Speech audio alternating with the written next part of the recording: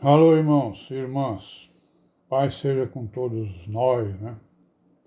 Nesse dia 21 de abril de 2021, graças a Deus, né?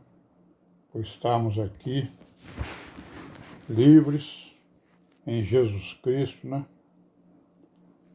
E perseverantes na sua doutrina, no seu caminho, na sua igreja, na sua congregação.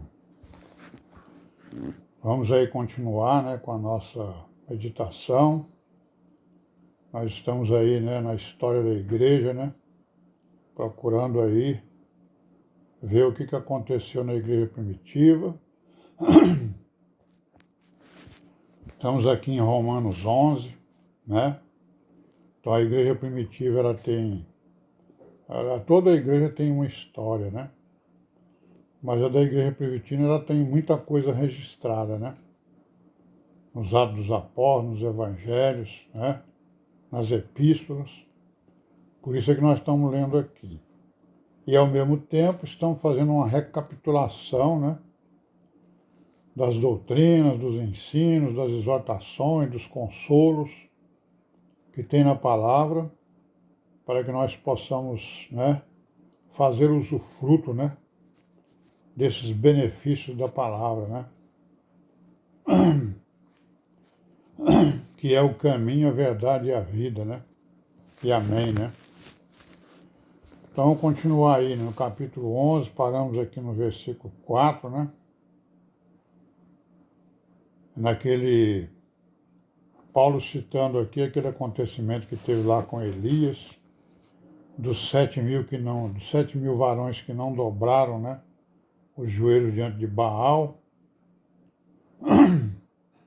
Aí ele vai dizer no versículo 5, assim, pois, também agora neste tempo ficou um resto, segundo a eleição da graça. Mas se é por graça, já não é pelas obras. De outra maneira, a graça já não é graça. Pois que o que Israel buscava não o alcançou, mas os eleitos o alcançaram, e os outros foram endurecidos, como está escrito. Deus lhes deu espírito de profundo sono, olhos para não verem e ouvidos para não ouvirem, até o dia de hoje. E Davi diz, torne-se-lhes a sua mesa em laço, e em armadilha, e em tropeço, por sua retribuição.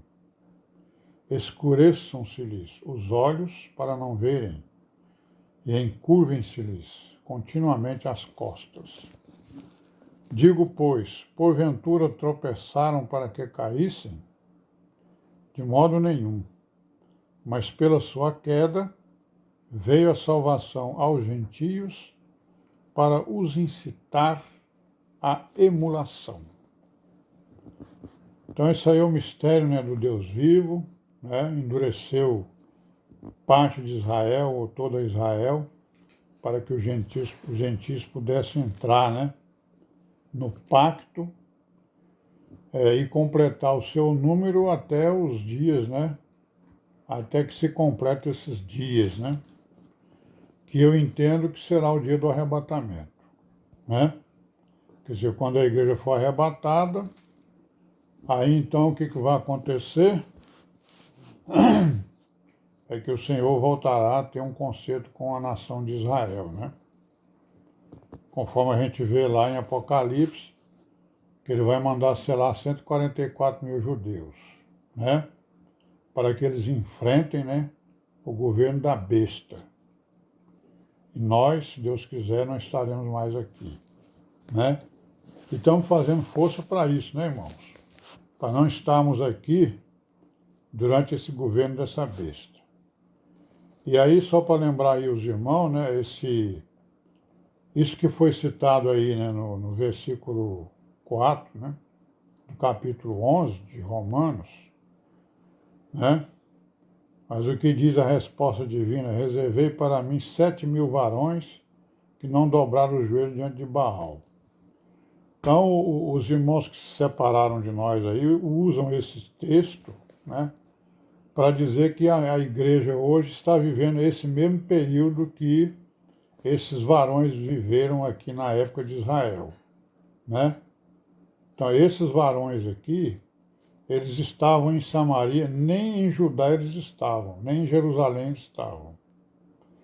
Eles participavam, eles eram participantes das 10 tribos que, né, se separaram, né, e foram adorar lá o bezerro do Egito, né, fizeram lá um santuário em Samaria, e aí as pessoas eram obrigadas a ir em Samaria e proibidas de ir a Jerusalém fazer adoração, né, segundo o modelo. Então, como a proibição era uma proibição severa, quer dizer, se alguém fosse pego, era morto. O que esses varões aqui fizeram? Eles ficaram em casa, né? Se esconderam em casa para não ir adorar a Baal, porque também eles não podiam ir a Jerusalém, né? Não é o caso da igreja, não é o nosso caso, da igreja atual. Nós estamos aí em completa liberdade por enquanto, né? Certo? Ninguém está nos impedindo de levar avante a nossa fé e adoração ao nosso Deus de Israel, Deus Todo-Poderoso, por Jesus Cristo, seu Filho amado. Amém, né? Então, com isso aí, os irmãos querem dizer o quê? Como a gente está nessa fase, então nós não podemos fazer nada, porque nós estamos em casa. A igreja não existe, né? O ministério não existe, né? Não precisa fazer nada, não temos que fazer nada, quer dizer, negando exatamente a eficácia da palavra, né? E que Deus tenha misericórdia de todos nós e também deles, né? E nos dê entendimento e também a eles para que possamos corrigi-los, né? De acordo com a palavra, eles poderem se arrepender do que estão fazendo, do que estão dizendo. Digo, pois, porventura tropeçaram, versículo 11 de novo, para que caíssem? De modo nenhum, né? Mas pela sua queda veio a salvação aos gentios para os incitar à emulação. Isso, ou seja, Deus fez isso para, né, incentivar os judeus, não é isso? Eles vendo, né, oh, os gentios, rapaz, estão recebendo aí o Messias. Por que nós não estamos recebendo? Emulação é isso aí, né? Provocar ciúmes, né? Para que eles pudessem tomar consciência de que aquele homem era realmente o Messias, né, e o Filho do Deus vivo. Bom, aí ele continua aqui, ó, isso é a sua queda, é a riqueza do mundo e a sua diminuição, a riqueza dos gentios, quanto mais a sua plenitude. Olha aí, irmão, então nós devemos orar, né, para que os judeus possam receber, né, a iluminação do Senhor Deus, do seu nosso Deus, para que eles, né, recebam o Filho do Deus vivo, o Messias, porque a sua plenitude vai ser muito maior para os gentios do que a sua queda, não é isso? Porque convosco, porque aí é o seguinte, por que eu falo isso? Porque tem uma, né, tem uma, como é que fala? Tem uma, ai meu Deus, cadê a palavra? Tem uma tendência, né, nas religiões, no catolicismo, nas religiões, uma tendência, né, a condenar os judeus, dizendo que eles são isso, aquilo, aquilo outro. Nada disso. Os judeus continuam sendo a nação do Senhor Jesus, a nação do Deus vivo aqui na terra, né? Nós estamos vendo aí o que está acontecendo com eles, ó. Por que está acontecendo isso? Por que eles não receberam? Porque eles estavam em desobediência à lei, né? Mas, nós vamos ver aqui, ó, tem um conceito aqui por causa dos pais, né? Então, o que acontece? As religiões aí chamadas cristãs, a maioria delas, né? Elas não só tem duas tendências, na verdade. Uma que condena os judeus e a outra que coloca eles lá no patamar, lá em cima. Nada disso. Vamos colocar eles no seu lugar, certo? Seu devido lugar. Que é isso que Paulo está falando aqui. Eles têm um lugar, certo? Eles não devemos nem condená-los e muito menos colocar eles acima do seu lugar.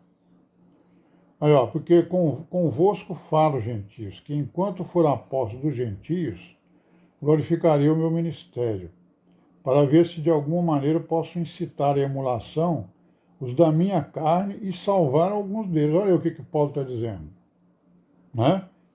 O ministério dele estava à disposição dos gentios, mas ele não estava esquecendo dos judeus para incitá-los, né, ao arrependimento. Não é verdade? Vamos parar por aqui hoje, né? Paz seja com todos nós. Amém. Até amanhã, se Deus quiser.